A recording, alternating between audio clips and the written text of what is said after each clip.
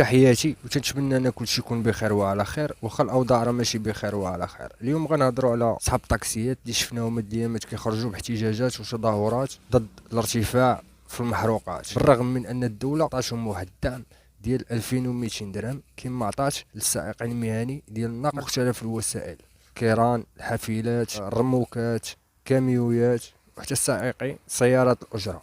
انا خديت واحد الفيديو ديال واحد الشخص اللي من هاد المهنيين هادو كيهضر وكيقول باللي راه هو عضو الامانه العامه للاتحاد الديمقراطي للشغل، وغادي نحاولوا اننا نشوفوا داكشي اللي كيقول والمتطلبات ديالو، وناخذوا داك الحوار ديالو مع واحد المنبر اعلامي بعقلانيه، نشوفوا شنو هو الصحيح وشنو هو الخطا في داكشي اللي كيقول. شوفوا الفيديو ونكملوا. المازوت زياده غنقول لك مفرطه بزاف بالاخص المهني الان. دابا حنا كنتكلموا على سياره الاجره.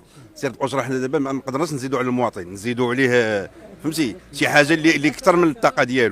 هنا غنوقف في هذه النقطة وغادي نقولك علاش غتزيد على المواطن وباش من صفة، والحكومة عطاتك دعم ديال 2200 درهم شهريا كتعوض على الزيادة في المحروقات، وانتوما وافقتوا وخديتوها، يعني ما عندكش حق باش تزيد على المواطن. حنا كنساهموا في اقتصاد هذا الوطن هذا. متفق معك، انتوما كتساهموا في الاقتصاد ديال الدولة وكتساهموا في الارباح ديال شركات المحروقات، وغلاء الاسعار في المغرب من جيوبكم وبطريقة فنية، حيت كتفكروا غير في راسكم وفي القطاع ديالكم، مع احترامي للناس ديال هذا القطاع هذا وبكل صراحه.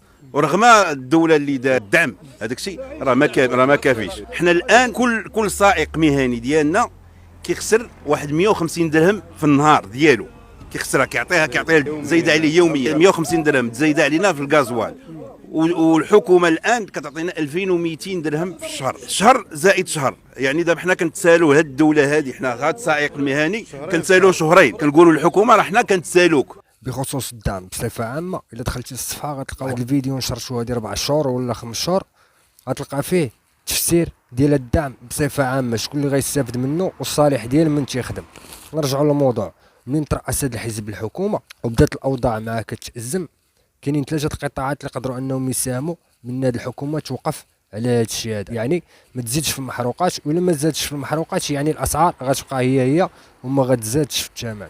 القطاع الاول وهي المعارضه اللي غتهضر على الشعب وتوصل الصوت ديال الشعب وتقول اللهم ان هذا منكر وها اللي خاصو يدار وها اللي ما خاصوش يدار. اليوم كنشوفوا وكنعرفوا باللي راها غائبه وما كايناش، وماشي بعيد على انها تكون محالفه مع هذه الحكومه هذه.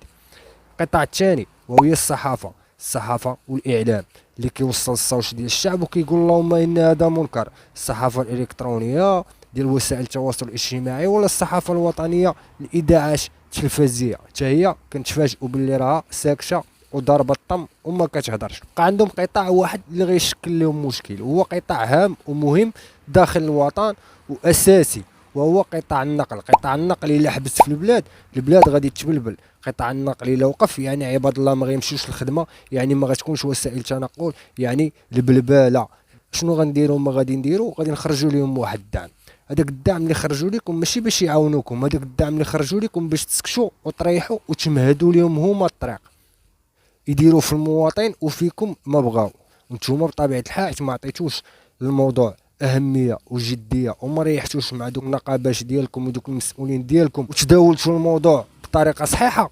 هذه هي النتيجه. يعني من حيث لقم ليه، خذ الدعم من هنا واعطيه مدوبل من هنا، وما عندكش الحق تهضر. الا هضرتي غادي نقول لك باللي حنا عطيناك الدعم. نتمنى ان الرساله تكون مفهومه. بمعنى هذا المواطن الضعيف كيتسال لهاد الدوله، كنتسالوا لهاد الدوله واحد الكميه ديال الفلوس. بخصوص هذه الكلمه هذه ديال المواطن الضعيف، كلنا ضعفاء امام الله سبحانه وتعالى، ولكن الا كنتي انت كتاخذ الدعم ديال 2200 درهم وكتقول انا ضعيف، شنو غيقول هذاك اللي كيشد 2500 درهم ولا 3000 درهم وعنده الطراجي من الدار للخدمه؟ الا ما كانش عنده طوموبيل خصو يشد 2 طوبيسات ولا 2 طاكسيات اللي خصو 2000 درهم في الشهر غير ترونسبور. شنو غادي نقولوا عليه الا قلنا لك انت سائق الطاكسي ضعيف وكتشد الدعم ديال 2200 درهم؟ والدعم دابا راه كتاخذوا اكبر شركه ديال الحافلات، الدعم كتاخذ 20 مليار ديال السنتيم في العام.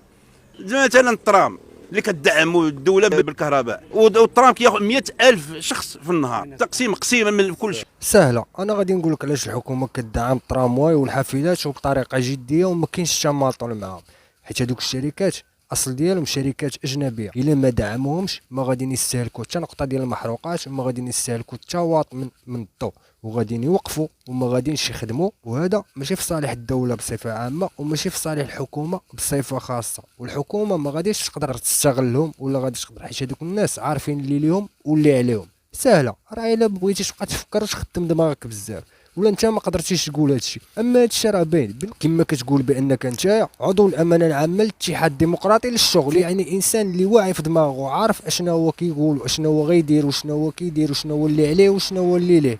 راه ما نحتاجش نقول لك انا هادشي. هذا هو الغلط ديالنا حنا، هذا هو الغلط ديال هذا المجتمع. هو هذا المجتمع ما كيتحدش.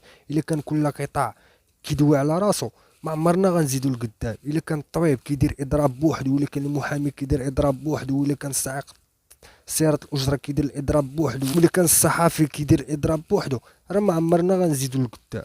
وقتاش غتحس بالبلاد غتزيد لقدام؟